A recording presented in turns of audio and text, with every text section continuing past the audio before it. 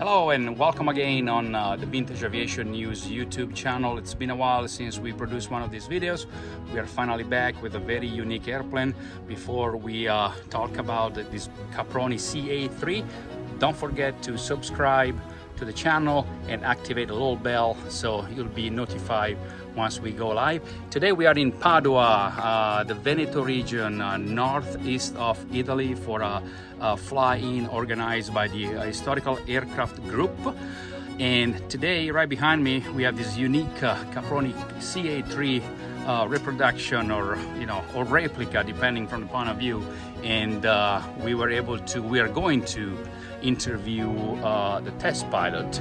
And this is a very unique airplane. It's been in construction for many years, had some up and downs, but finally on June the 8th, 2023, just few weeks before the centenary of the Italian Air Force, this airplane flew, and then flew down actually to Rome to be in the air show. If you follow our website, vintageaviationnews.com, you probably saw our report about this special event.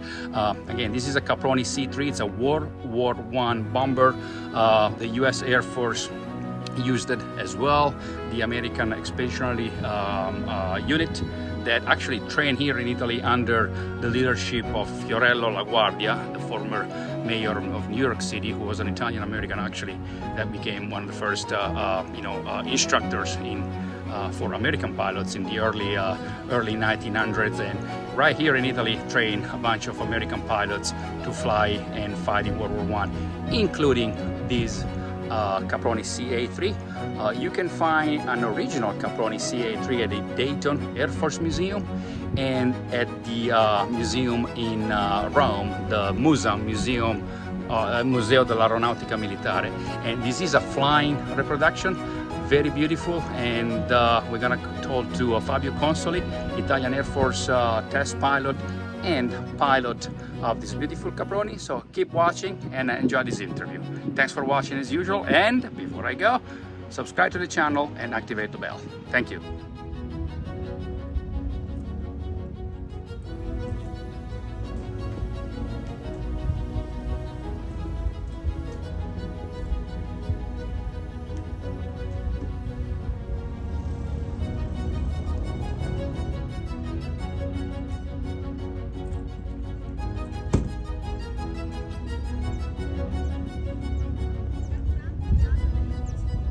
Right, Fabio, thanks for taking the time to be with us.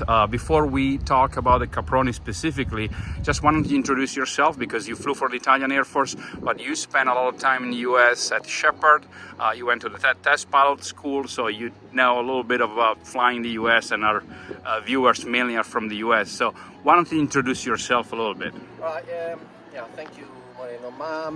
My background is military, yes. I was trained as a fighter pilot in Shepherd, T-37, T-38. We're talking 1985, something like that. My class was 85 or 7.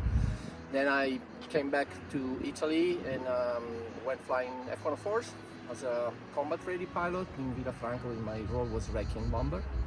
Then I was selected for the Italian Test Center. I have been sent to Edwards, where I graduated with class 90B. We're talking 1990. Airplane schools at that time were F4 and A7s, old school. And then I came back. I was a Typhoon test pilot. I was the first Italian military pilot to fly the Typhoon in 1996. And in 1997, I was commanding officer of 14th Squadron flying AMXs. And after that, when they decided it was enough piloting for me, I kind of retired from the Air Force and went flying civilian throughout Italia. I flew Airbuses and Boeing 777 until I retired this January. Perfect. One interesting thing, I was watching the Aviationist interview that you did with David, and you did get to meet Chuck Yeager, yeah, when you were at Edwards. So yes. Tell us a little bit about that. It's always interesting to hear. Every year for each class, we have 2 classes in Edwards. Chuck used to come and have lezione magistrale, we say in Italian. It's like a chat from test pilot to students. And we were, of course, very much in awe for Chuck Yeager was there. And I still remember the words he said. The most important thing we learned from him is he said, remember guys, you are Mr. Golden Hands. If you cannot do something with the airplane, it's not your fault, it's not the pilot, it's the airplane, so you need to be fixing. And that's a lesson I learned, and a lesson I still use nowadays when I fly any airplane. And you do have a little scar that I do have my school scarf, which was given to me by Chuck Yeager. That's pretty special. Yeah, So after retiring from Alitalia, the question is, how do you get involved with Mr. Zanardo, the Jonathan Foundation, and more importantly, the Caproni Ca3? Well, the Caproni construction started in 2008, and it took them about 7 years to build. In 2015, they went airborne for one flight. The airplane at that time was powered by 3 Ford engines, car engines basically, adapted to be on the airplane. But the aircraft was seriously underpowered, so they couldn't climb. So they made this just one flight, and they basically stopped the airplane. Then the Air Force. At that point, you were not. You were no, not. I was okay, not okay. involved. There was another test pilot involved that time. Then the Air Force, for this 100th anniversary, therefore asked Mr. Zanardo to bring the Caproni back to Replica di Mare for the show. The Caproni was one of the first airplanes flown by the Air Force, which was founded in 1923. But this aircraft was online, almost to 1930, so it was part of the Air Force. So they found a sponsor, because basically the problem was found new engine. They found a sponsor, put up 2 new engines. But then the Air Force said, maybe a little help from a test pilot professional. And so my name was kind of bounced around a little bit. And one day, Mr. Zanardo basically called me and said, come ask to visit us. I knew about the place because it's quite famous, but I never met Mr. Zanardo. So we met there, we sniffed each other, dogs, more or less, like something like that. I liked him, he liked me. So we decided I could be part of the team, and so he decided that I could be the test pilot for the Caproni. So it took a few jumps to test high-speed taxiing, and the 8th of June 2023 we went airborne for the first time with this thing with the new engine. A few weeks before the anniversary. Yeah, basically we done like 6 flights, and then we were off to Replica di Mare. That was quite an adventure. Before we get into the flying characteristics, so this is a replica. It's not obviously a precise replica. You guys had to do few minor changes in order to make it, safe and airworthy. Well, a replica is something that's exactly the original. This is a reproduction. Of course, there is a basic choice that the foundation, the Jonathan Foundation, has to make.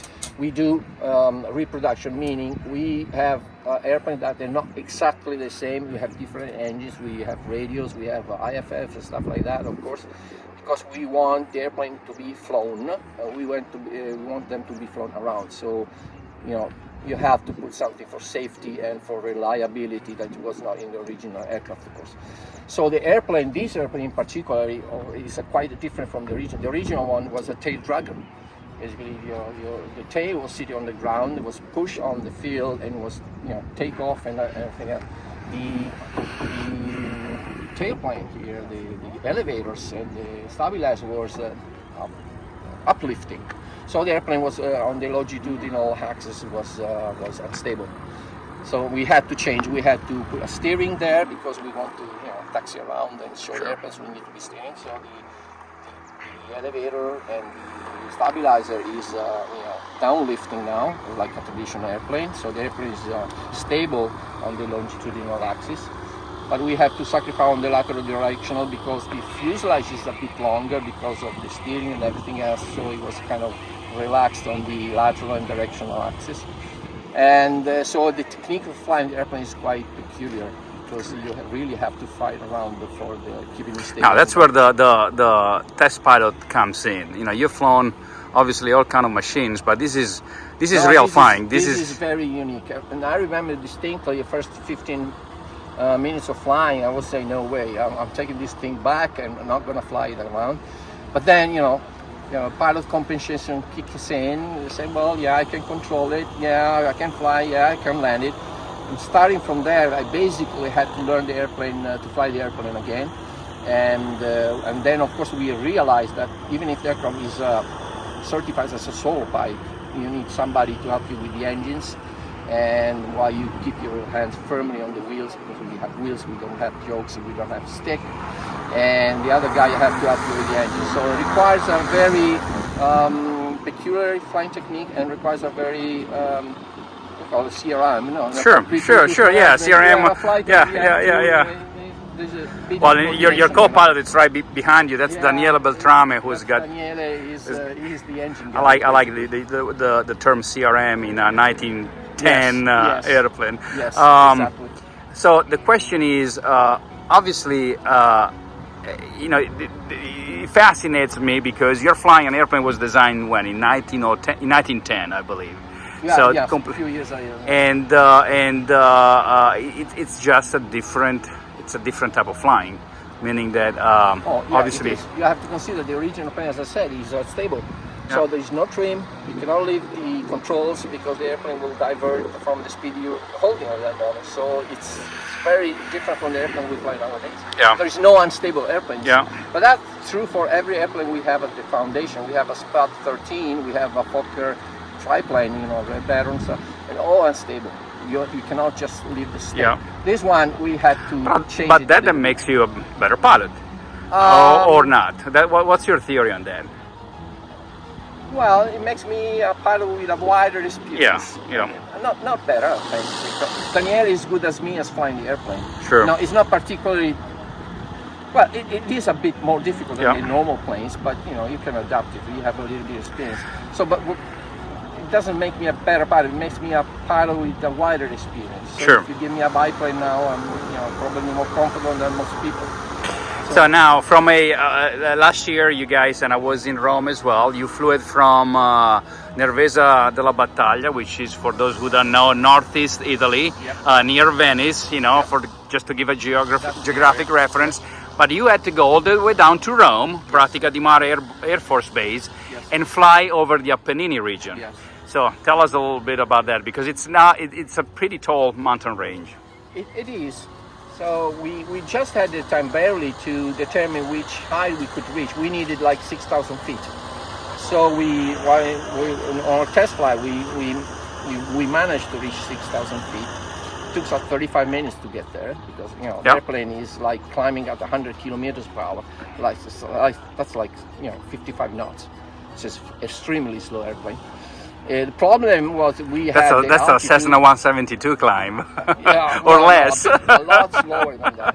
Well, tell you, we made. There is a picture on the Air Force calendar, July. There is a formation of this airplane with the F-35. F-35, yeah. We had to use a B version because the A version was There is no airplane in the Air Force slow enough to fly formation with us, so we had to use a B. Well, back to that. So we had the altitude. The thing was, we went from Nervesa to Ravenna, but then the weather was not that good. Meaning, it's not bad, but there were clouds sitting above the mountains, so we have few passages to us. We had to slalom around a little bit to divert there, and we had the Spot with us, scouting for us for passages. And then we managed to get on the other side, but it surely was the most difficult part of the flight, from Ravenna to Foligno, which is on the other side of the Apennine range. And from there was a piece of cake. Sure. Well, I was there in June, and seeing the Caproni was definitely a highlight of the air shows. I think many people will probably think the same. It was very special to have the airplane there in Rome. As an Air Force pilot, it was a really honor for me to be, flying the Caproni at the 100th anniversary. Somebody would have told me a few years of that, you are crazy. I would say that. But I've been extremely lucky, and it was really an honor for me.